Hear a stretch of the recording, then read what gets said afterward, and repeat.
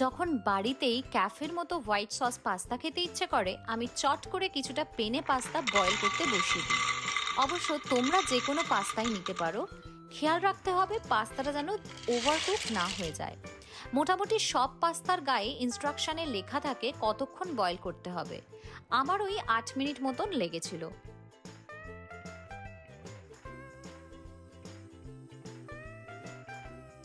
এবারে কিছু ভেজিস আর রসুন ফাইনলি চপ করে নেব। চিকেন ছাড়া তো পাস্তা ভাবাই যায় না, আর আমার আবার লিশিয়াসের চিকেনটা বেশ পছন্দের, তাই কিছুটা বোনলেস চিকেন আনিয়ে নিয়েছিলাম লিশিয়াস থেকে। ওদের চিকেনে ফাইবার কম থাকে আর ভীষণ জুসি হয়। যাই হোক, আবার ভেবো না কিন্তু এটা প্রমোশনাল ভিডিও, তোমরা যে কোনো চিকেনই ইউজ করতে পারো। চিকেনটা ছোট ছোট টুকরো করে নিয়ে তাতে লেবুর রস, নুন, গোলমরিচের গুঁড়ো আর আদা বাটা, রসুন বাটা দিয়ে অন্তত 15 মিনিট মতো ম্যারিনেশনে রাখবো। আরও বেশি সময় রাখতে পারলে আরও বেশি ভালো হয়।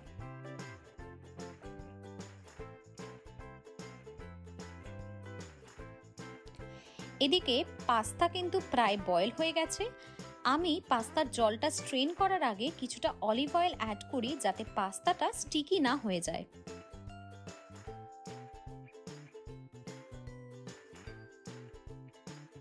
এবার পালা চিকেনটাকে সতে করে নেওয়ার। যেহেতু চিকেনটা কিছুটা জল রিলিজ করে, তাই কিছুটা সময় নিয়ে চিকেনের কালার চেঞ্জ হওয়া অবধি ভেজে নিতে হবে।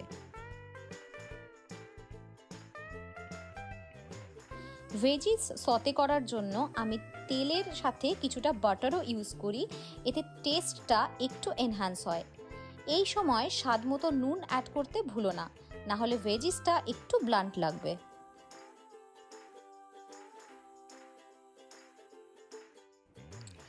লাম্প ফ্রি হোয়াইট সস বানানোর জন্য দুটো জিনিস খুব ইম্পর্টেন্ট। বাটার আর ময়দার পরিমাণ 1:1 অনুপাতে হতে হবে।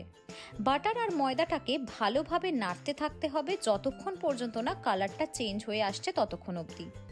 দেখতেই পাচ্ছ কালারটা চেঞ্জ হয়ে এসছে আর একটা ক্রিমি টেক্সচার ফর্ম হয়েছে। এবার সেকেন্ড ইম্পর্টেন্ট পয়েন্ট, দুধটা অল্প অল্প করে ব্যাচ ওয়াইজ অ্যাড করতে হবে। এই সময় মিক্সচারটা কন্টিনিউয়াসলি নেড়ে গেলে আর লাম্প ফর্ম হওয়ার ভয় থাকবে না।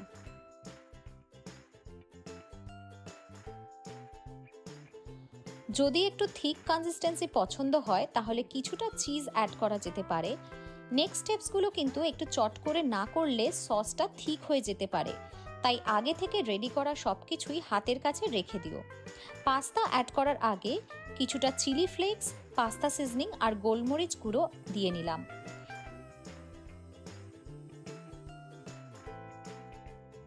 এবারে আগে থেকে সতে করে নেওয়া ভেজিস আর চিকেনগুলো অ্যাড করে নিতে হবে।